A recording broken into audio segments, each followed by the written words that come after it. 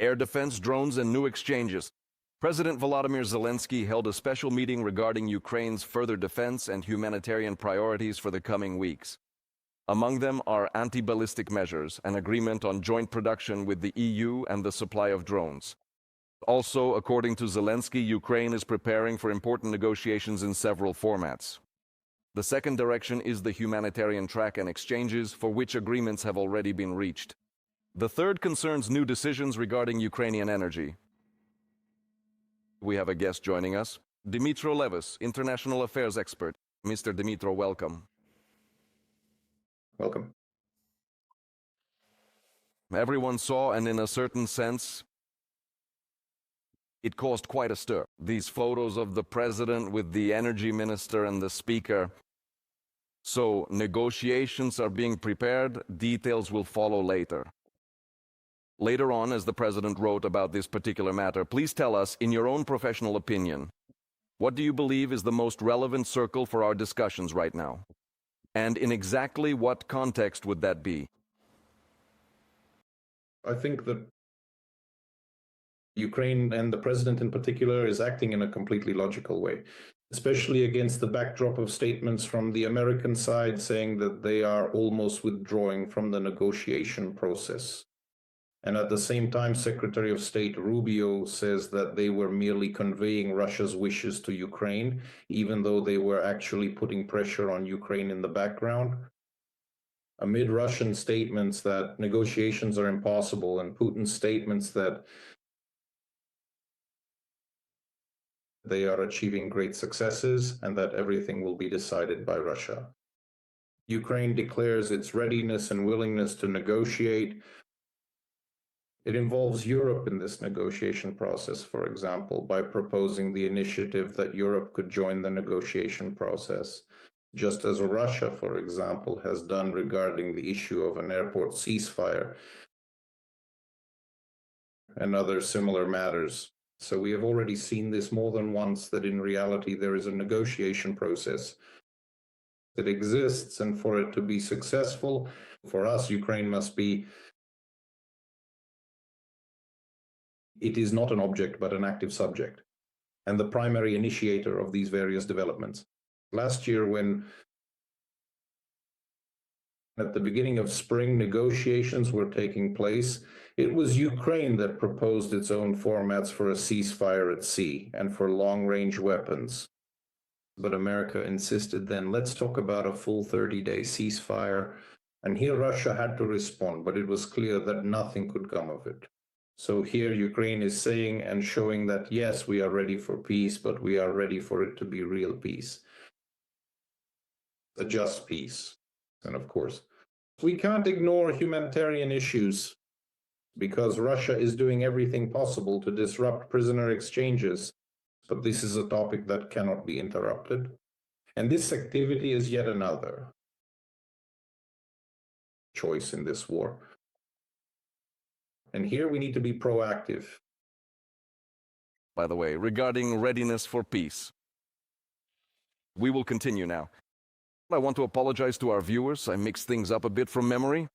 Yes, Umarov, Budanov, and Shmyhal were at that table. Let's continue. Mr. Dmytro, the Prime Minister of Poland, Donald Tusk, commented on new threats from the former President of Russia and current Deputy Chairman of the Security Council, Dmitry Medvedev, who is trying to scare Europe with new strikes. The Polish official called on Europeans to take the actions and words of Kremlin officials more seriously. Let's listen. Former President Medvedev stated that the peaceful sleep of European Union citizens is over. All NATO members should finally start taking these facts seriously. And words. Donald Tusk, Prime Minister of Poland. By the way, after a Russian drone struck a residential building in Romania's Galați, Medvedev threatened EU countries with new attacks. He justified possible strikes on the territory of European states by accusing Europe of waging war against Russia. Mr. Dmytro, I suggest we pause and focus on this particular aspect. Please tell us, in your opinion, how do these statements by Medvedev differ from the ones he usually makes? At least 5 years? And finally, perhaps something will change in Europe's behavior. Now, Really, they are all very similar. He speaks in the same way he usually does, like the other court jesters and various characters there. There is, however, a difference. The background on which all this is happening. It's one thing, for example, when 2 or 3 years ago he talked about how it wouldn't be a bad idea to strike London with a nuclear missile. And it's clear that this is an unacceptable escalation, even if only verbal, but it was highly unlikely. But it's a different matter when, against the backdrop of Russia's actions throughout the past year, attacks have been taking place. Massive drone attacks launched against Poland, along with regular provocations occurring in the Baltic states.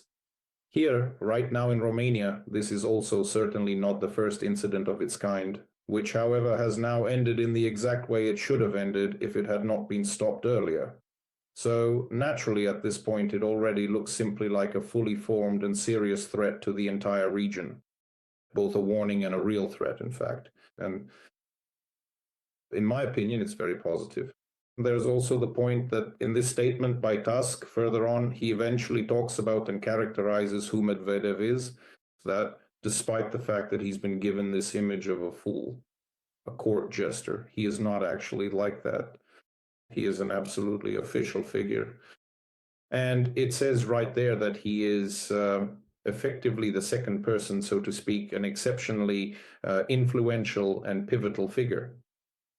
Within the Security Council of the Russian Federation, he serves as the head of the Comprehensive Military Industrial Commission, which is to say the Military Technical Commission that is directly responsible for the strategic oversight of all national armaments and defense technology.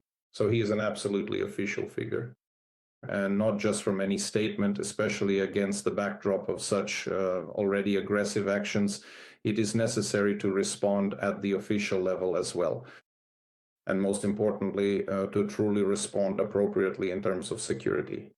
There is a proposal from Ukraine, which we talked about back in 2023 to 2024, about the joint protection of Ukrainian airspace by NATO countries that are our neighbors. And this is not interference in the war, no matter what the Russian Federation claims. On the contrary, allowing Russia to strike Ukrainian territory in direct proximity to NATO countries. In the end, this leads to the aggression expanding, and Russia continues to test this escalation and accustoms NATO countries to the idea that it will keep expanding its aggression. So when we talk about whether Europe will wake up, Europe has woken up, it is working, but for now probably, there is a need for constant reminders to our partners that the response cannot just be at the level of, say, Article 4 of the NATO treaty. There are actions that have long been proposed by Ukraine and Zelensky and which must already be taken in response. Otherwise, this will be a continuation and expansion of such aggression. And it would be good to remember that. Right now, I recall a phrase from former CIA Director Mr. Burns, who recalled his conversations with Putin in the early 2020s. And this message that Putin conveyed, "And what are you going to do to me?" This is important.